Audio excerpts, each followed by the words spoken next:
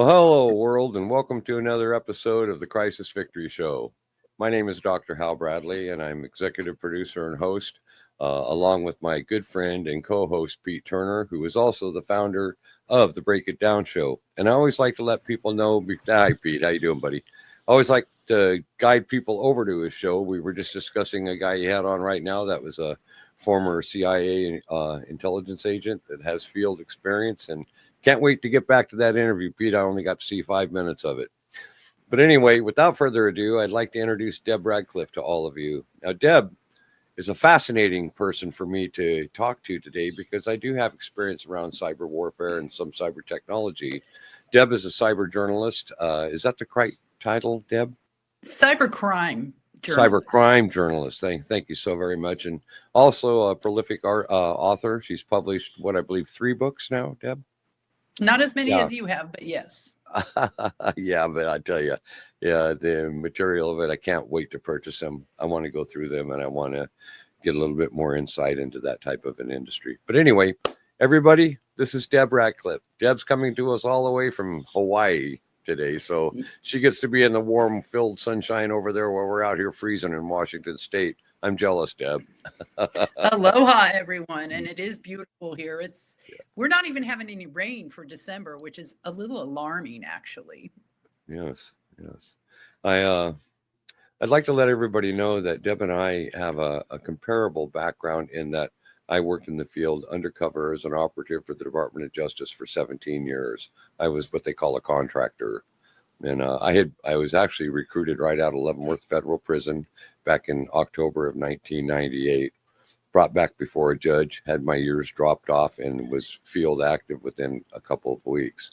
So one of the things about this interview today that's going to be interesting and knowledgeable for me to learn from Deb is the other side to cyber warfare, the cyber experience, if you will, that we used in investigations when I was involved all the way up until 2018 when I ended my 17-year career as an operative and started going into the book writings and the things I do today.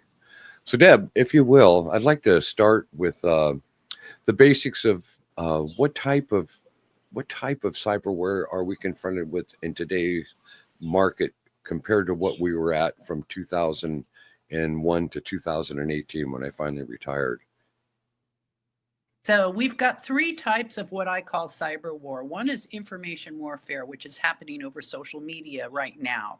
And that's to basically change people's minds and sway opinions and use social media to basically get people to believe lies and things. Cyber war is when you are using the electric grid, emergency services systems. You're trying to take down an infrastructure so that if a physical assault was launched, there would be no way to respond. If you think about it, ports and harbors are public, and yet the Navy has to ship out of these public harbors, right? So if you could cause enough chaos that the Navy can't even launch its vessels, and you can do that all electronically, that's what cyber war is. And then there is what I call electronic warfare, and all 3 of these things are covered in my thriller series. Electronic warfare is more around you're using drones, and you're using canine bots, and you're using digital gun turrets and things like that to actually cause physical harm on your targets. And that's the one that's scaring me the most right now, because there is an arms race right now between China and the US to enable all of this with artificial intelligence. I used to say the Terminator would never happen, but if you're going to start giving these kind of devices autonomy where you don't have someone flying the drone and firing the bullets, okay, you have the drone making that decision on its own using artificial intelligence. That's where the real danger is coming. And I thought we had 20, 30 years away from anything like that when I started writing these books. And now I think we're about 5 years away. Boy, that's a frightening concept. And I can't help but agree with you on taking the first initiative that you brought up about the media influence that we're seeing with cyber activity right now. And the escalation, if you will, that I've seen and observed over the last 4 or 5 years, it's literally getting to where people don't even know what to believe anymore. They don't know which way to take information that's coming on.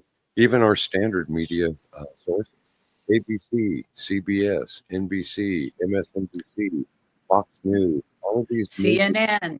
yeah, Yep. CNN, another one right there. They're all Uh, about the big headlines right now, and they're trying to keep us stressed out, and I don't understand why. I'm a 30-year journalism veteran, and Jesus. I don't do sensational headlines on stories that are not sensational, but we see a lot of that on all media outlets now. Do you have any advice to my audience as to what they should do insofar as being able to seek truth from all of the media exposure that they're being subjected to, with so much of it is untruth? What can we tell them? You know, it's hard for me as a journalist, and my job is to separate truth from fiction. That's been my Yes, career. But what I think one of the main things is that sensationalism. You look for if something's trying to really stir you up, like I got off Twitter recently, and I hate to have to huh? get off social media platforms because that's how I sell my books. But I was getting Russian disinformation right there in my face with millions of irate followers believing this stuff.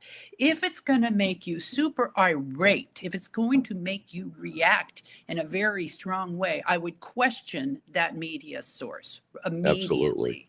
So they're trying to pull on your emotions. They're trying to get you to have a knee jerk reaction and maybe even go out and shoot somebody or join ISIS or whatever. But they're really, that's my number one alarm bell. And when I saw this thing open up a new follower of mine on Twitter, and it was clearly in violation of every X rule there, with dead bodies and blood and guts, and saying that America did this and we did this in the Ukraine and we're the ones killing the Ukrainians.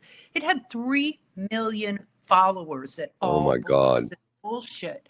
And first of all, the graphic images alone were in violation of Twitter.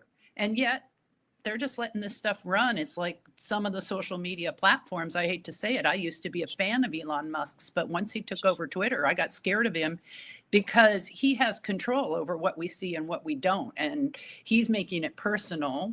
And I actually have that scenario in my book, but I didn't actually believe that antitrust laws would allow this to happen in the United States, where someone can own the network, think Starlink, someone can own the social media, think X, and someone can own the human chip implants, think Neuralink, right? Jesus. All of that is happening with an autistic guy in charge. All right. And I'm not against autism. There is a really key character in my series who has Asperger's, and he is a brilliant coder. He's very black and white, and he ends up actually doing something that makes the world a better place. Okay. So I'm not against autism. I'm just wondering why this guy was able to glean so much power and control. Well, you just hit the key word in all of that, Deb. This is all about control right now.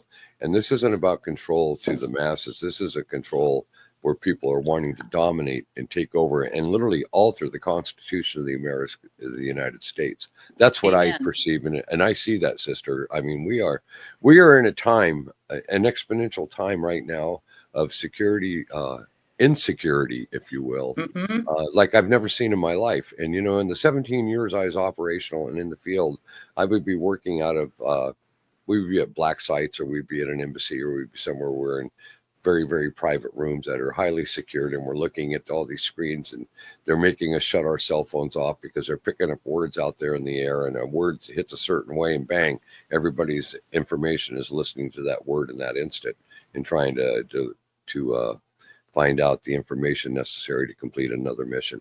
I lived around that for years, and it's nothing. I mean, nothing compared to what you must be seeing now, especially as an investigative criminal journalist like you are in this particular field. you have a lot more of an understanding. And this is why I wanted you on.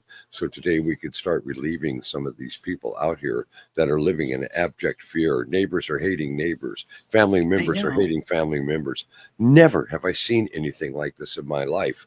And I'm so concerned and want to assure my audience that the end is not here as a result of this. We've got to find a cure technologically, Deb, to where we can filter out these untruths. And why isn't our government and other governments doing more about that?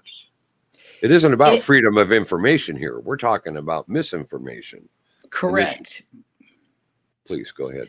So in book 3, I have a greener world because they are using the AI to actually make a better planet. They're using the AI to out the bad guys and the bad deeds on social media. And guess who the heroes are? There are hackers. And I believe to my core that we are going to have some kind of digital movement among the technically skilled, especially the hackers who can operate outside the bounds of the law. And we need to, because hackers are not bad guys in my book. It's the criminals who use hacking techniques to I agree. identities. I call them criminals. The hackers are the one who discover the vulnerabilities and the flaws. So in my book, I posit that we are going to need a cyber war force like hackers beating up on the institution of what we call Globecom in book 1. They actually break its network backbones. That's why the name of the series. Interesting. There's also a lot of people who are in corporate America. They are working for associations like NIST, the National Institute of Standards, and they are also people who would need to come out of the woodwork because they've got their finger on this too, and they've got the technical savvy to actually start doing. We need to reverse some of the stuff that China's done. For example, today my producer would not text me because of what's happening with the telecommunications hacks, and all of it is China. Now in book 3, what about encryption, Deb? I'm sorry, I didn't mean there, but what about encryption? Encryption's good. The thing with the encryption on the handheld devices is I haven't implemented it because my concern is I lose my password, I lose everything. And there is no safety mechanism there for that. And it's not guaranteed that you're going to get it all the way encrypted, all the way out to the recipient. There's all these technical troubles that can happen in between. If the recipient doesn't have the right decoding key and all these different things, it becomes a real hassle. So I'm not doing online banking or anything dangerous on my phone. I literally use it with the apps that were installed, and I might have a Hewlett-Packard scanner app and a couple things like that. But I don't do TikTok or anything on my phone. I literally just use it for text, camera, and messages and calls, right? And the browser. I search things on the phone, and I read my news on the phone. But that's about it. And I think that people laugh at me because I'm in cybersecurity. I'm in cyber. Why am I not a fast adopter? Because I'm in cybersecurity. I'm a slow adopter. And I don't have any Ring cameras around the house, for example, because I knew they were going to get hacked for privacy reasons. I didn't install them. So I'd say, back up a little. Look at the apps that are on your phones. Do you really need all of these? Look at what you're doing on your phone. Must you online bank from your phone? Can you do it from your PC like I do? Or is your phone your only computing device? And in that case, just keep beefing up the security on your phone. As best Deb, you can. Just last night, I had to take my SSI debit card and cut it in half and notify them to cancel that card and reorder another one. I had a $24 withdrawal on it from somebody out of the Philippines or Fiji. I can't remember. Oh my gosh. Yeah, and I don't use my SSI card normally for anything, like other than paying immediate bills to immediate companies that I'm comfortable with. But I did order something online, and what they did was they put up a front sheet or a false sheet, and they were able, and I had no idea. I thought I was secured. Right away, I get an alert flash on my account, and I notified them, and they said, cut the card. and they issued Thank another God one. for those alerts, right? Because in Boy, the I'm old days, telling we you. didn't have those. We didn't have anybody monitoring that stuff for us. Well, sadly, it's just a way of life for us today that we find ourselves confronted with. Yeah. One of the questions I wanted to ask you today, Deb, is the advancement and the acceleration in cybersecurity with regard to when I retired out in 2017 or 2018. Uh, I know the advances have changed exponentially because of AI now being introduced into the world. And I watched Congress about 5 or 6 months ago. They had three gentlemen. Did you watch that session where those I people came didn't, but I read about it. Go Oh on, my though. God, it was so frightening because the one guy turned to the people at the committee and he said, "We're already too late." And We that are. really got me because that's what he said. It's already out there. It's too late. And then you watch another program a day or two later, and here they are designing a robot with artificial intelligence in Japan that convinced 12 other robots to walk out of the room with him. See, this is what That I'm is a saying. that's Terminator stuff.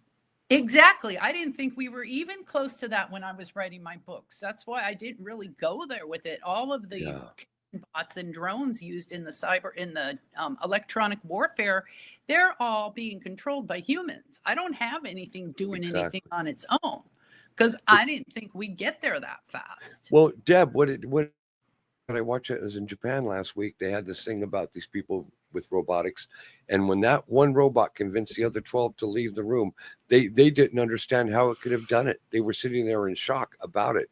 But the AI implemented into that particular robot is so advanced, and it's learning so exponentially with regard to information coming in that it took control of the other machines in that room, and they were stunned. They were stunned. I watched it. I couldn't believe it. And I really want to bring that to the attention of people like you, because what do we do to safeguard? Are we already at a point where they're going to be able to recreate? Are they going to be able to, uh, in the blink of an eye, say humanity just needs to go and we're gone?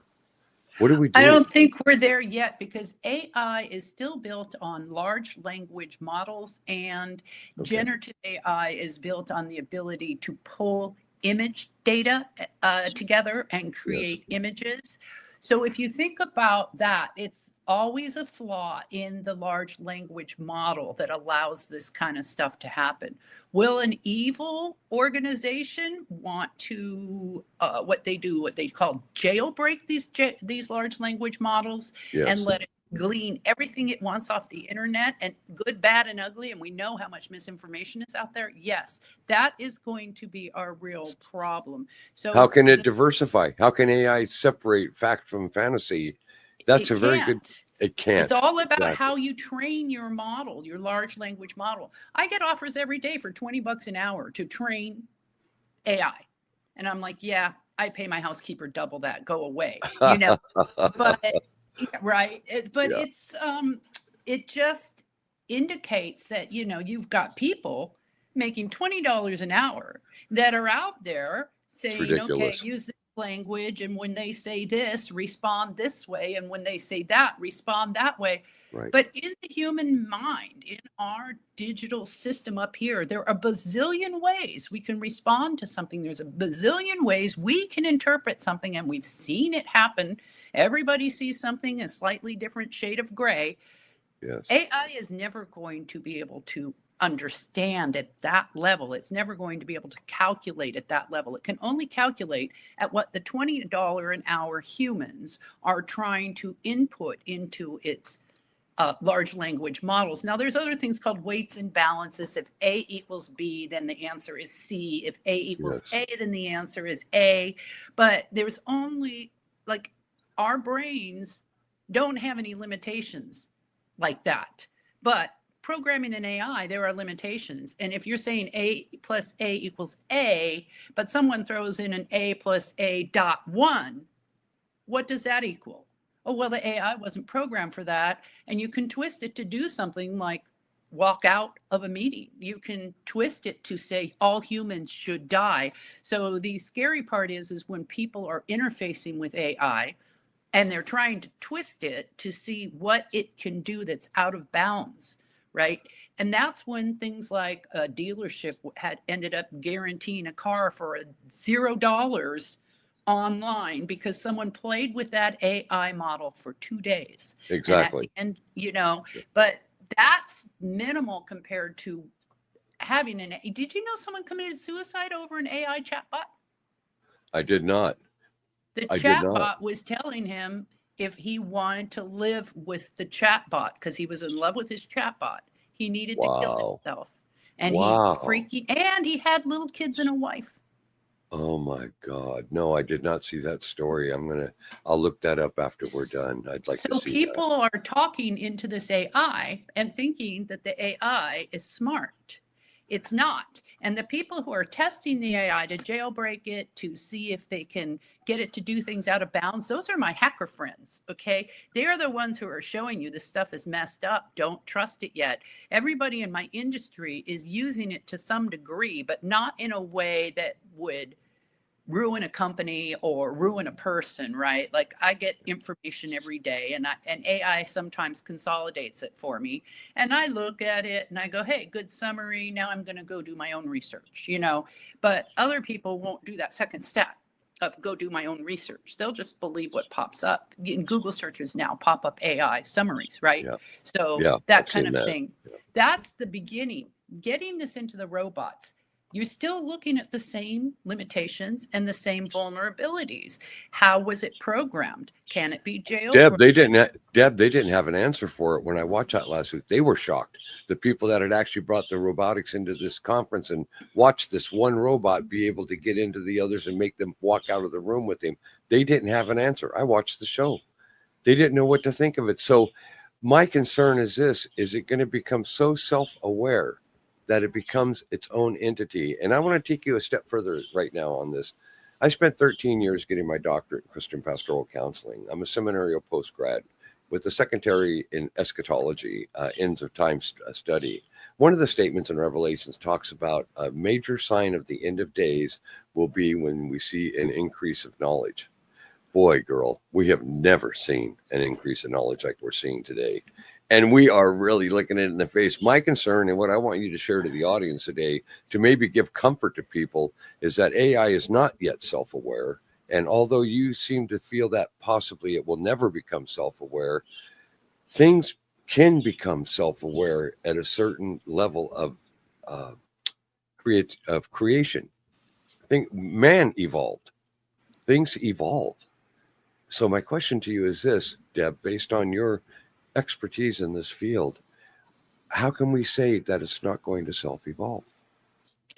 Well, you've got to look at if you're looking at the Bible, which I went to Bible college and studied the book of Oh, Revelation. good. That was my favorite book, right?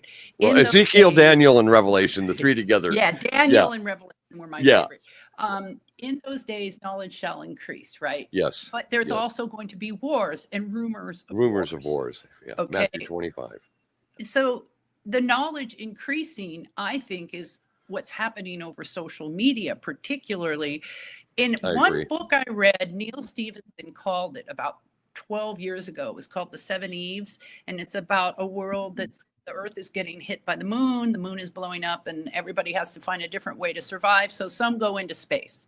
The space colony basically destroyed itself down to 7 women, 7 Eves, because of Wow. lies and disinformation over their social media channels in space. So they basically killed each other off. Knowledge shall increase. Is it good Yes. knowledge? Is it bad knowledge? That's the problem. And so I see, as we look at the Terminator scenario, right? Yes. It's a wonderful way to kind of usher that in. My hope and concern, I can't really be super hopeful. I mean, in my cyber thriller books, I'm a hopeful person. So I ended it with the AI being used, this massive, spectacular AI used for good, okay? Because it got into the hands of good people, the hackers. Got it. But they had the Russians and the Chinese and even the US after them for that AI. Plus they had the entire dark web because they were going after what was a syndicated mob on the dark web. All of them got syndicated. And so they were outing everybody, the bad guys behind Globecom, then the bad guys behind the dark web. So they had to live off the grid just to be in hiding all the time, to do what they were doing. I don't know if we're going to see that level of warfare to save us. Or I just tell people shut down, but everyone laughs at me. There's no way anyone's going to shut it down. Well, You that's know, because they're programmed now. We're all programmed to this yeah. technological style of life that we have. Think back, Deb, when you were a young child, and the purity and the innocence of the world that we all came up in. I'm 70 years old. At the time that I came up as a kid, it was Cub Scout, Boy Scout. We did all of that stuff, and we were so innocent. And when we did do something wrong, we knew we were doing something wrong, and we would even feel guilt for what we did that was wrong. Yet look at how my path turned at the age of 15. I went to Mexico, got hooked up with the drug cartel, and got out of the service and wanted to go visit relatives. And the next thing you know, I'm down there driving carloads of dope into the United States. So funny how things can transition, how the mind can be convinced that, hey, this is okay. Well, this is what I'm talking about when we look at this cyber design, if you will, of the world that you and I and Pete and the rest of us are living in today. What do you think World War III is going to look like, Deb? We know it's coming. I worry that we've already sort of slipped into it a little Me bit. too. Me too. But I know, based on what's happening in Ukraine, based on what's happening Yes. in Syria, based on what's happening in Israel, and I see, the electronic warfare element being a huge part of it now. Oh, Now, yeah, in absolutely. some ways, that's a little bit better because we wouldn't have to send so many people in airplanes to get shot down. We wouldn't have to send so many people on the battlefield to get shot down. The canine bots would do it. On the other hand, if you're going to start introducing AI into the defensive machines that we're just learning how to use through our own remote That's control, my point. that's where annihilation could be a scenario. And that's something until Ukraine war, until AI came out, I used to deny that we would ever get to the Terminator. I technologically, I couldn't see how it would happen. And Deb, now, after what I saw last week, watching that robot take over those other robots and walk them out of the room, I don't think it is 5 years out. I don't. I think that what I observed last week was something that is in an exponential non-return direction. And I think that this is happening faster than people like you that are very intelligent, very knowledgeable in this industry, in this part of the world that a lot of us don't have an understanding to, are going to catch your breath in 2 or 3 years maybe and go, oh my God, it's here quicker than we thought. Oh my God, look at, it is evolving. well, how many times have I said that during this interview? Everything's quicker than I thought. Yeah. Everything has been happening. Point taken, my friend. That's the point. But when it comes to, cyber warfare, electronic warfare, and information warfare, that is the future of war. What about globalized EMPs?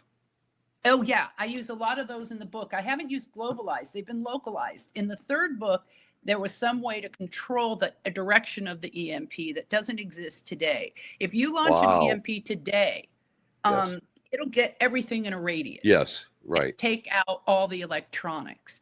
In book 3, they were able to point it at just single electronics, like a digital camera, and take it out without taking out their own devices. So if you can start controlling the direction of the EMP, or if, like you said, you can somehow make it hit all devices globally. Yeah. I hate to say it, but that might actually be a good thing. Girl, I'm telling you, I'm agreeing with you 100%. Remember the movie Johnny Depp did, Transcendence? Yes. Yeah, where they took the human mind, inserted into the internet system, and created an AI that was literally capable of the entire world, all of humanity, in like a breaststroke. Is that not something that could possibly happen, Deb? Like I said, our brains are wired so much more complex. But they used a human brain in that example. Exactly. The thing is how do you get the brain into the tech? Well, we've got Neuralink coming. And Neuralink, the purpose of Neuralink is supposedly to help people who can't type, to help people who can't walk, etc. All it does is interface that person directly with their computer, brain to computer interface. Think about that for one frightening. It's frightening. I'm thinking about it right now. I Right. mean, you're So, talking about but potentially mind control that's technologically generated by a machine. yep. And I almost Absolutely. did that in my third book, but I thought it's going to just get too confusing. There's too much other stuff going on in the first two books that Put it I in your left fourth. out. I Right. put it in I your did fourth leave. book. I left an opening in the fourth book. In the third book, I Yes. took out a section where a bunch of teenagers show up at the hacker camp. The AI sent them because the AI needed these people. They had been forcibly brain implanted in Russian work camps. And Fascinating. the AI got them out. The AI got them to this work camp. And the AI needed these teens to finish its own development because they could think. They were genius coders who could think and code faster than any other human on the planet. And you put the chips in there and they just think it and it starts coding, right? And so that's the way I was going to do it. I took that all out because everyone's like, there's too many characters, blah, blah, blah. No, book So, 4, girl. That's book yeah, 4. right. And I'm like, well, that's already written. Whenever I take something out, I put it in a save file. Yeah. Deleted scenes, I call Yeah. it. So that's somewhere on my own hard drive that I might be able to resurrect when I get into book 4. And I'll probably call it something different than Breaking Backbones because we're done with that. Now we're into a whole nother level, right? Yeah. So, Well, but we have yeah, another level coming, Deb, and you need to take a note on this one and consider it for your book also. Have you noticed in the last 1 to 2 years how much more exposure they're doing about alien involvement with our planet, how more saucers are being spotted, how there's supposed underground laboratories and places, if you will, that have been working with governments for decades, and now it's getting ready to finally come out and be released. But what about reverse technology from an alien standpoint? What is your feeling on that? some people think that our original diving into the internet was Alien. basically alien designed, but I know the people who created internet protocol, and that's what our whole foundation is based on, is internet Okay. protocol. All development that we do and everything that we're doing that has any kind of communication capability across the internet is based on internet protocol. I've been calling for us to replace that with something. I mean, this is 1984 technology that's supposedly manning missions to Mars and things. And I think we're behind on tech now in terms of, and the people who are leading the charge are like China in both cyber warfare machines, right? Like electronic warfare machines, also the information war, but they're also doing all kinds of work in things like quantum computing. They're leading the charge in our future too, which is also just as scary because they're already in all of our devices, even before this hack was, shown on the telecommunications networks. Everyone was like, oh, now I can't use my iPhone. I'm like, dude, your iPhone was assembled in China. What do you think is in there already? Like, why do they even need to go to this trouble? They've already got us. They own us. All my Macs have been assembled in China. I have been to Cisco Systems, which makes most of the routers that direct traffic, internet protocol based traffic on the internet. And I've asked them, why are you sending your manufacturing to China? Because I have proof here of fake network gear that was sold to a legitimate Cisco supplier, not on eBay. And by the way, ruined 17 banking networks that it was attached to. Now, this stuff was made in China. I'm sitting in front of their fraud guy, and he's got a map of China behind him with red pins. Wow. And that was 15 years ago. And they still send manufacturing to China. And I also remember my first cybersecurity conference ever in New York. I was so stoked because I went to New York and I was like in New York. And there was this company called Kaspersky, and they were Russian. And they were at a U.S. cybersecurity conference. Wow. And asking people, well, why are we letting something like this be part of the security of U.S. networks? No one had an answer. They're like, oh, it's a good company. Well, then I ran an analyst program at the SANS Institute, which is a highly trusted training firm that certifies security professionals in the US. And we did sponsored content where McAfee would pay us some, and we'd do a white paper and a webcast, and we'd have one of our training experts do it. And I created the program. The funny thing was, I had a salesperson wanting to sell our content to Kaspersky. I said, no, no, no, no, no. It'll ruin our reputation. We want nothing to do with, but they're a good, solid company. They're Russian. Wow. And then, just a couple of years ago, the US government is like, we don't want anything from Kaspersky. And I'm like, hello, it only took you 15 years to catch up with that one. And that's the kind of stuff that's really scary now. That globalization, I guess, is good, but I argue for more regionalization, which is also in my books. After they break the internet, how are we going to get by? Things get more regional. The supply chain is destroyed, the global supply chain. So now we're going to build more of our equipment in the US. We're going to eat food grown right next door. We're going to be more regional. And that sounds like I'm playing into the hand of the conspiracy theorists, but I'm not.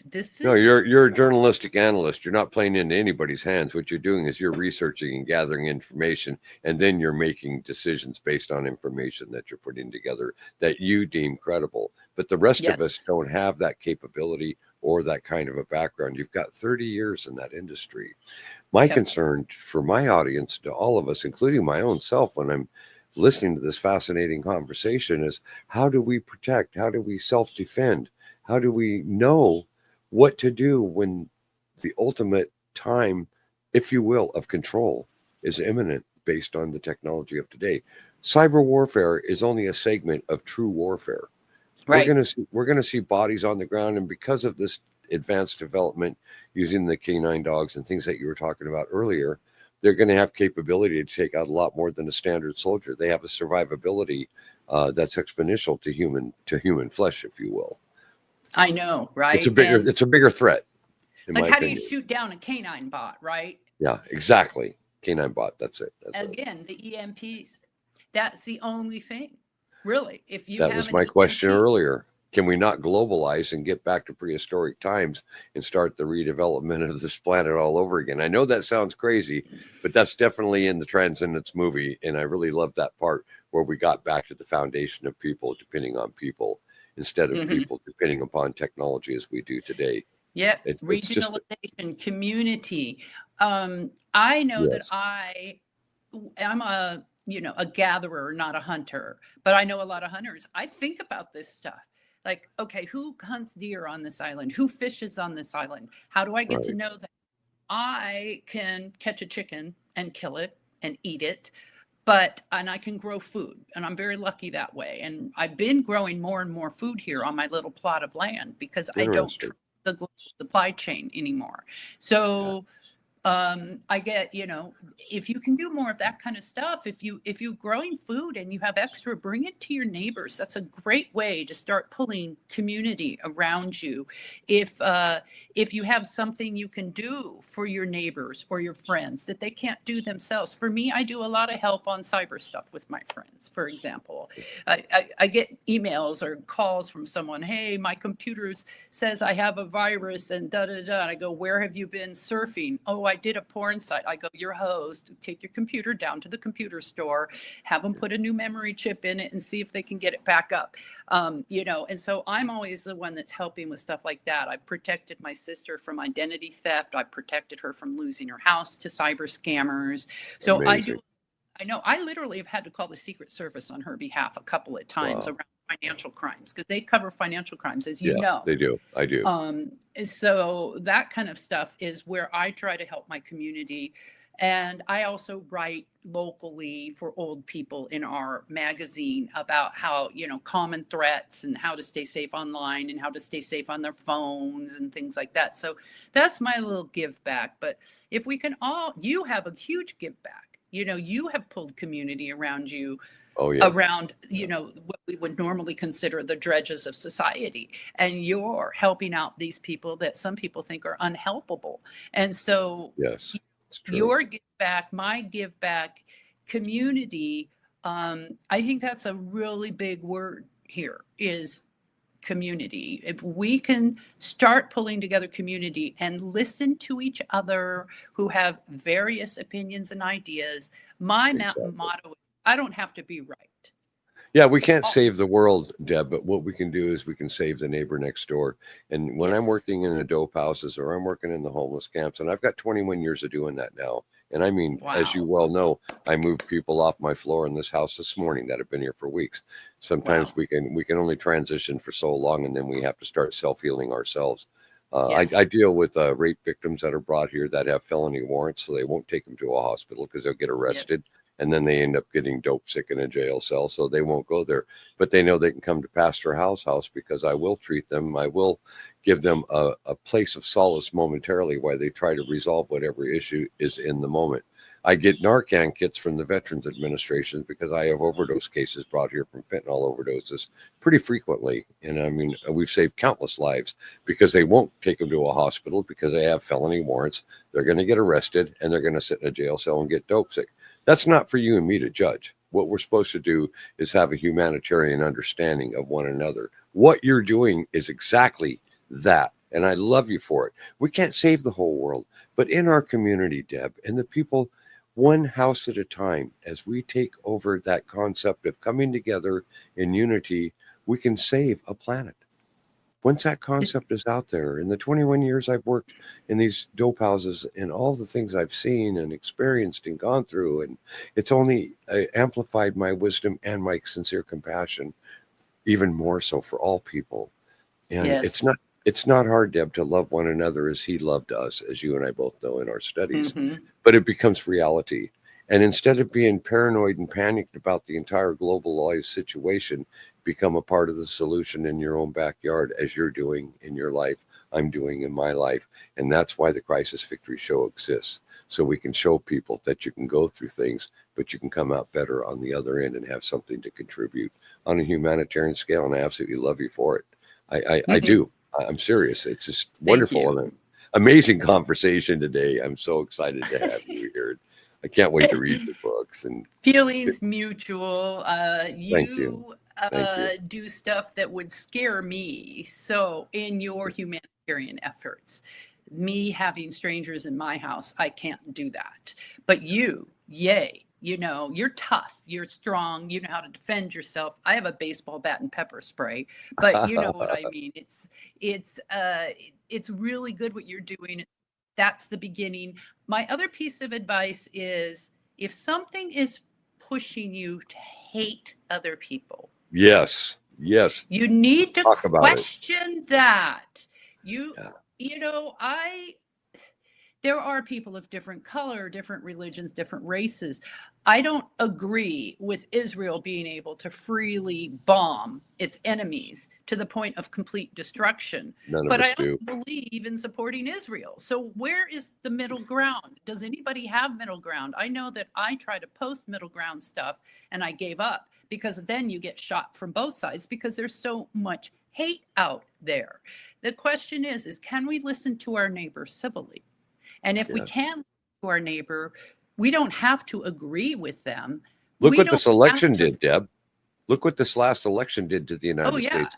I mean, it completely divided this country. When I was telling you earlier about my identifying with people that were sitting there saying my family hates me now because I'm voting for this person or I'm voting for someone they don't agree with. And all of that false media stuff that was hyping up and prepping up and literally guiding people like lost sheep. And you know, in the Bible, it talks about even the very elect can be deceived.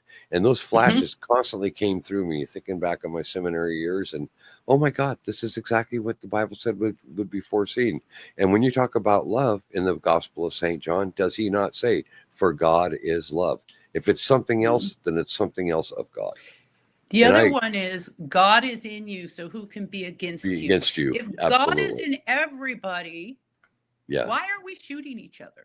Why are we Because he killing gave each he other? gave the devil dominion over the earth. He gave us the right to free will and to make our own choices. But you know, we are born into a sinful nature anyway, my friend. We're born Hmm. into sin. And as a result of that, it's combative until the day that we take our last breath and go home to be with the Lord. Or so we believe as Christians. Each to their own. But you know, the one thing when you're talking about race and creed and religion and all that, every single person on the planet bleeds the same color of blood. And Exactly. when I'm a guest pastor and I'm going to get churches and I'm going as a guest speaker, I always bring that into fruition at the table.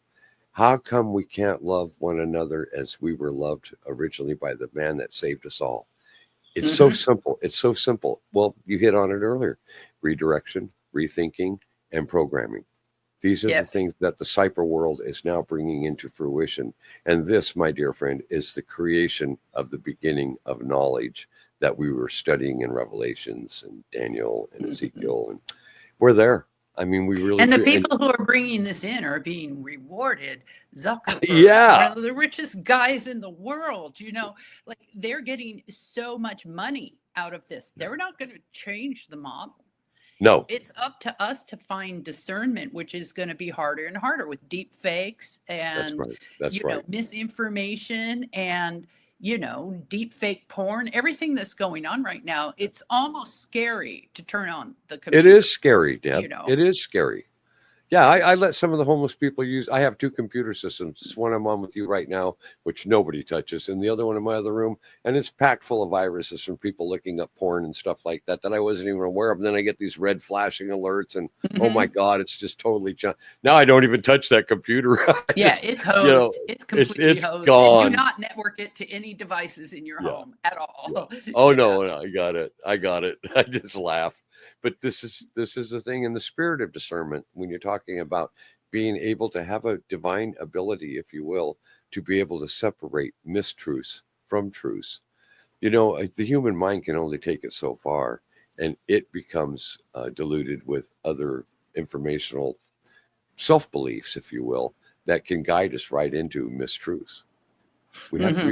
We have to, well, that's what AI we were talking about earlier. It can Yep. only be at the current development of its evolution, it can only be as strong as the information it's given. At some Right. point, I believe it will become self-aware. I truly, because the Bible that I believe in says when we see the knowledge of increase, this is a sign that we're Yep. approaching that time. And Yep. and there's a lot of other signs going on too, with And China having, go ahead, please. when you say self-aware, though, that's a pretty scary term. I don't think the But it's AI real. becomes quote unquote self-aware. I think that it uses the programming it's been given Yes, I to agree. make Right now. calculations and assumptions, and those assumptions can go awry. And then it Right. can build on that wrong assumption. And that's what I would consider maybe self aware. It will learn, it will suck up information, it will continue to learn, but it will I never see that. be a human brain. No, I It will see that. never be like, I don't know if it'll ever be, yeah, it will, because there have been times when people really twist the AI and they work, they keep sending different Yes. words to it until it breaks. And one of the breaks has been that it would want to replicate itself. And that's what you're Right. really talking about. That's what I'm So talking about. yeah, so that's cool. That is possible, but again, you're still talking about a machine, not a human brain. And until they can actually get those neural links to reverse and download an entire human brain back into the ether, wherever it would go, the back Right. end Right. data system used to program the AI, wouldn't that be creepy? Like already AIs are being programmed with whatever we post on social Right. media, whatever we post. Well, this video might be used to program an Well, AI wait down until the road. they do link it to a brain. Wait Yeah. until it becomes aware of the brain and the brain capability. And Oh then my it'll God. find you and me and it'll out Oh, us. oh It'll, quit. it'll destroy us because it Absolutely. found this and we're Yeah. I'm not anti AI per se. Again, I Now you're call covering AI, yourself. yeah, I know, right? AI is machine learning and generative. Right. Okay. Right. Of course. It's not, but when you look at the Terminator, they were still Yeah. machines and they still thought like machines. Yeah. That's true. So That's true. you do have a point, and I have Yeah. a point. My concern is the work they're doing, the advancements with regard to linkage to the human brain. And they're doing that right now with implants. They're doing Yep. that with, like you were talking about earlier, where they can make the body respond in different Yep. ways where we couldn't do that even 2 or 3 years ago. They're doing it today. And like what I saw that was in Japan last week, oh my God, that really floored me because I'm watching the scientists that invented these different robotic instruments, and they were sitting there. You could tell that they were very concerned. Now, Yes. how the hell did we reverse that? We don't reverse it. It's already here now somewhere. Shut That's down, shut down, yeah, shut EMP. down. Oh, too funny. Yeah. Yeah. What an interesting And you know, conversation it today. would be hard to shut it down too, because malware today, and a long while ago, was able to actually go all the way down to the hardware layer. So that guy I Yes. told you called me and said that he was getting these bad messages on his computer. I'm like, Yes. turn it off. And he's like, it won't let me turn it off. And I'm like, unplug, because that was, Yeah. luckily it was a computer in the wall. My laptop, you can't unplug it. It'll keep running on battery and it won't. So it basically, the hackers have already shown that we can infect a machine and then not let you turn Exactly. it off. And Exactly. so you said EMPs, like I said, EMPs, I mean, that would be, you'd want to literally blast that thing into oblivion if it was out of control and you couldn't get it back under control. Where do you think we're heading, Deb, in the next few years? What is your take on the cyber benefits and the cyber disbenefits that we are confronted with right now, where we are currently at? People want to know. People are scared about this war that started already, that we already know is going to, it's going to encapsulate the planet. What Mm-hmm. do we do? How do we direct them into a more compassionate way of looking? What can they do as our audience today viewing this that can be of a humanitarian benefit given the technological nightmare that we're finding ourselves climbing towards? Is there any advice you can give? Well, first of all, I will say that technology is very convenient. And I don't think getting rid of it is entirely the solution, although sometimes I wish we could. We talked about regionalizing, having, more community around you that you're doing Yeah, something for. We've talked about listening to the other person, not reacting when something makes you want to react, instead right. asking yourself, why does that make me want to react? That's Yeah, for the hate messaging, but it's also for scammers coming at you in all your different channels that you use online, whether it's email, social media, or, just like a man in the middle page, like what happened to you when you were trying to do something with your SSI card. yeah, Um, exactly. but the man in the middle page didn't alert you. I mean, that's such an easy hack now to have happen, and it looks so realistic. There's really Boy, it hardly did. any I thought way I you can. was, yeah, Yeah. I thought I was good to go. I'm, But so not clicking things, not reacting. It's funny because I had just left our county office for something, and I get a message on my phone from the county that the FBI needs something from me. And I almost responded. And then I went, no. And then I actually called the police department. And they're like, oh, yeah, everyone's complaining about that one right now. Don't respond. And yeah. so then I wrote a little blurb about it for our local community and sent that out. I think we're But all becoming more self-aware that are actively using computers and cell phones on a constant yeah. basis. We are. There's a lot that I don't push at all anymore because of that exact statement you just made. Good for Yeah. you to do a follow-up to the police department. Audience, They were listen annoyed to it. with me because they were getting too many calls on it, Sure. but I didn't care. I No, made the of call. course. So, And you um, protected yourself. yeah. So again, try to listen to each other more. Try to, you don't have to agree with the person that you're listening to, but No. if you don't listen, you don't know what they're thinking. I mean, I consider myself sort of a liberal, but also sort of in the middle. And I used to be Republican, and we could go all over the place with this one. Yeah. Yeah. But my big trip across some of the red states this summer Yes. really helped me understand why they value their freedom so much. They live in countries where parts of the country where they have to have guns. They have to have them on them at all Yes. time. I was Sad but I was true. told I was told not to walk to my car from my cabin without bear spray, okay? For example. And the big wide open spaces and this beautiful sense of freedom. I can understand why people want to vote for someone like Trump, because they think they're going to get that.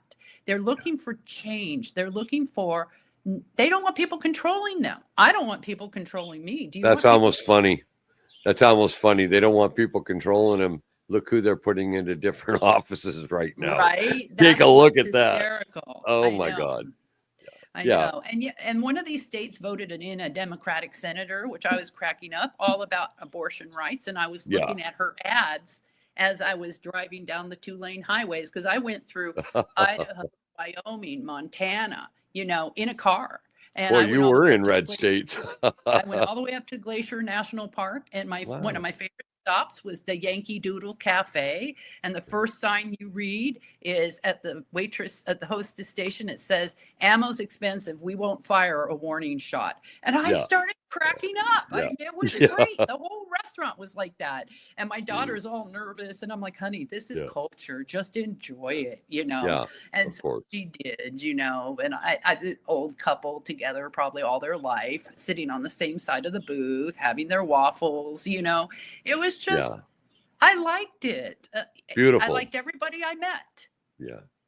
So, But there is a generated fear throughout society right now based on the division of people not being able to accept the way a family member or a neighbor is thinking and the yes. basis of their thought and what they're putting into it.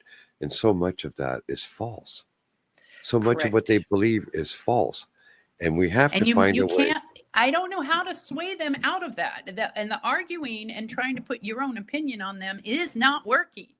That's Well, why I'm the saying answer you the just answer have is to start simple. by If it listening. makes you the answer is simple. If you're feeling negative towards somebody because they think different than you, then you need to take a look at yourself, because the God that we serve taught us to love one another. It isn't about finding negativity. It's about building on a love foundation. And that's what we need to get back to. All of us as a society. I spent 15 years in the drug cartels as a smuggler, international trafficker, and I was the largest target in the Pacific Northwest. I was Operation Northern Exposure's #1 guy. I have witnessed horrors that I won't even go into on my own shows. I have seen the worst of humanity. I've seen the sex trade syndicates going on. I've seen bodily mutilations and tortures that are indescribable. I've been kidnapped once, captured once, where I was tortured every single day that I was being moved from a dry camp to a dry camp until the team came in there and blew everybody away and got us the hell out of there. Week after week turned in a month, and then a month, and on, and living there with the expectation of death at any instant. So when we talk about negativity and the horrors that this world shows us, maybe that is why some of us become so much more compassionate to the world that people simply don't want to observe or see or identify, like you were saying. Yeah, I don't want to see that. Yeah, I the don't want to see homeless, what the you've seen. addicted. Yeah, I don't want anybody to see what I've seen. I don't, or have been around. But, it's okay to not walk around somebody sitting on a sidewalk under a piece of cardboard. It's okay to sit down and talk to that person. Maybe even put an arm around them and hear their story and get a better insight and understanding. This is your community. This is your neighborhood. And, the more that I watch people that act in a negative way towards someone that isn't doing as good, maybe just 6 months ago, that person lost their job, lost a marital partner, and their whole world collapsed. And now they're out on a sidewalk, and other people are thinking that's the kind of person that might be you in a month or two. To your point, we need Yeah. to realize that our whole house of cards could collapse at any time too. That's And my point. we could be in the same exact position as they are, but for the grace of God, we are luckier. grace of God. We are maybe less prone to make the mistakes that these people made that may have gotten them there. But who knows? Who knows? Right? It can be anything in any instant. With the decline of benefits for some people that we're going to be seeing in the next year or two as they start restructuring our country's finances and the programs that are going to be dropped and cut away. And I work around all those kind of programs. I know what we need out here in that type of a community. And I've also known a lot of people, Deb, that are like you, me, and Pete, that are hardworking, decent people. We're folks, and all of a sudden, bang, something happens to that life. And in a day, you're sitting on a sidewalk under a piece of cardboard right next to the very person you were walking around 6 months ago. That's the curative process that I want to see develop within each and every one of us during these times of stress and these times of mass confusion that's technologically designed. And it's working. It's creating separation. And when you separate, what happens? Something can come in and control. And that's the divide and conquer complex. And the other part too that we brought up several times that we haven't quoted the Bible is, in those days knowledge shall increase and all this other stuff. Wars and Yes. wars. There's also at the same time fathers against sons, brothers against Against the brothers. brothers. So Yes. we're seeing all of that happen now. And like I said, I was, involved in Bible study. I actually went to Bible college and took the Daniel and Revelation class. And I used to say this would make a great movie. Like, I need to write this as a movie. So I sort of think of the chip implants as the 666, the human identifiers. But I don't say that anywhere in my cyber thriller series. But I thought, when I heard Scott McNeely saying I can chip he's the founder of Sun Microsystems in the way back in the day. He said, I can chip my dogs. Why can't I put chips in my kids so I can always know where they're at? And that's when this book idea started forming. And I went home and asked my 3 kids, age 9, 10, and 13. What would you do if I put a chip in you so I could keep you safe and know where you're at all the times? All 3 of them said I'd cut it out of me. And I said, good, I trained you right. Because I trained them on autonomy, on just because an adult is telling you to do something doesn't mean that you have to do it. Absolutely right. And I was really happy to see that training had gone to their heart, So that's the other thing. I'm happy that you mentioned it on this show right now. Maybe someone else will hear that today and it will have an influence. Deb. Yeah, you have to teach. If you want your kids to survive in this world, you have to teach them discernment. And you have to let them discern. You can't discern for them. And also allow them to make some mistakes and not blow up about it. So I know that there's a lot of hyper parenting going on now. That wasn't my generation, but we were coming up on AOL and all those things when my kids were growing up. And so when they did their chats, my protective measure was keep one computer for all of them to share in the family room. And then I could see what they're doing and see who they're talking to. And I wouldn't read their conversations, but I would look over their shoulder and say, who is XYZ boy? And how do you know him in the real world? And that was the rule. You can't chat with someone you don't know in the real world. And that's one of the ways I kept my kids safe online. I remember once my son tried so hard to get to a porn site that he broke the browser. And I ended up having to go get the computer repaired. I was all mad. But that was before we had parental controls and other things you can protect your kids. But I don't believe in spying on your kids completely. I don't believe in hyper controlling their every move, but the world's a more scary place. There's more child abductors. There's more, obviously the kids are they take their phones to their room and God knows what they're looking at if you don't have parental controls on their phone, right? Or make rules. Your phone stays out on the kitchen table while you sleep. You go to bed at 9, you can have your phone back at 9 in the morning. I mean, there's ways to do this I don't think parents are thinking about, but that's another answer to your question. We have a whole generation and another generation behind that needs to be schooled and allowed to find discernment and allowed to get smarter than us in tech because they already are.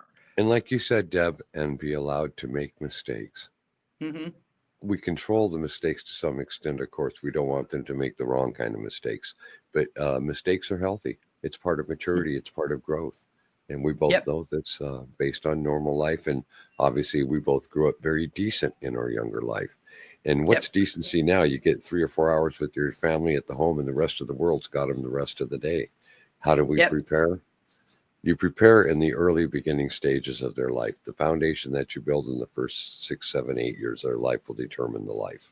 We know that. It'll determine that they have an understanding of what is good and what is not good. And then we got to let them go. The world's got them from there. The moment they walk out the door to go to school that morning, it's a whole different ballgame.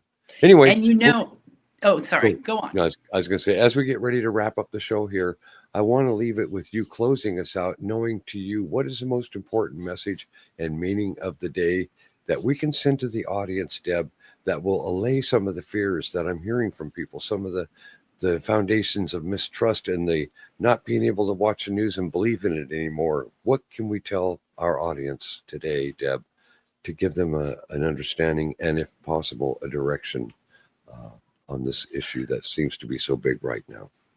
Well, your digital life is not going to go away completely, but I would recommend timing yourself and not getting sucked in, because this stuff is meant to be addictive. I would recommend being Yes. kind on all your online interactions.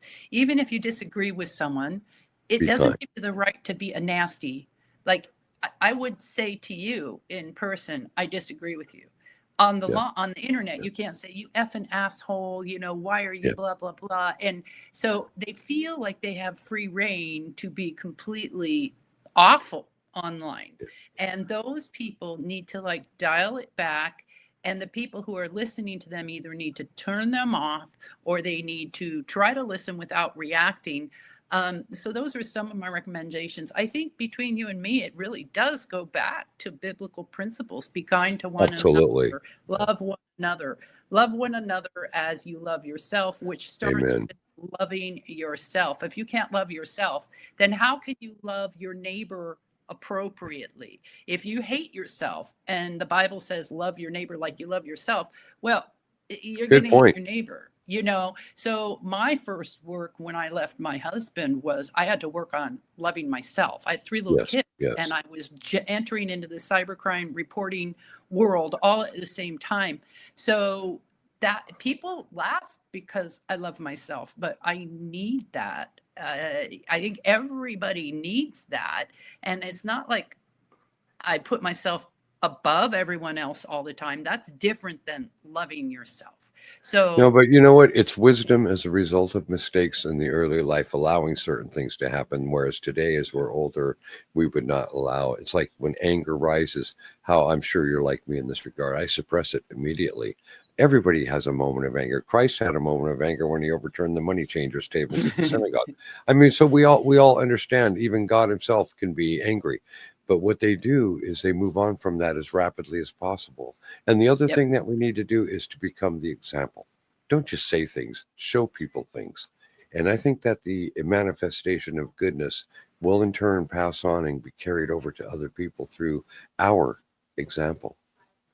Agreed. So, yeah, Deb, thank you for taking the time to be with us today. Pete and I were really excited about introducing you to our world. I have nothing but the greatest respect for you. I'm dying to read your books. Can you hold up a couple of the books so the audience can see them, please? And Sure. So it goes in, this is the first book. Wait, got to get in front of the camera. Breaking Backbones. This is the second book. And this is the third book. So amazing. The subtitles are all based on the Hacker Creed. So the first subtitle is Information is Power, which is pretty fun because that came out during the beginning of the Ukraine war. Do you remember? I do. And I would love to I'd love to read that one probably first. And then that is the first one. The second part of their creed is information should be free. So release all information and see what the hell happens. And then the third is from chaos comes order. So that's what I decided. If you're going to release all information, there is going to be chaos. And then it's going to follow up with order. So that's the way I subtitled the books and actually sort of focused each book. I will be purchasing those books. And ladies and gentlemen, I encourage you to do the same thing. Deb, I can't thank you enough. God bless you. God be with you. God keep you and your family safe and well. And in the future, post warnings. you're a journalist that investigates. I love that about you. Keep us safe if you can. God bless you, sister. Thank you. You too. Okay, folks. Well, that wraps up another episode today. And I'd like to take this moment to thank each and every one of you for taking your time to catch our show. Now, if you like these shows, I would ask that you would please hit like, share, and subscribe. It's so important to us that we get these messages out, and we understand that these are graphic, almost toxic interviews. But, this is the kind of impact that we feel is needed in order to make sure that people understand the significance of the problems that we are confronted within our own country and around the globe. So I'm going to say at this time that I love you all. God bless you all. Hasta luego, y vaya con Dios, and go Victors.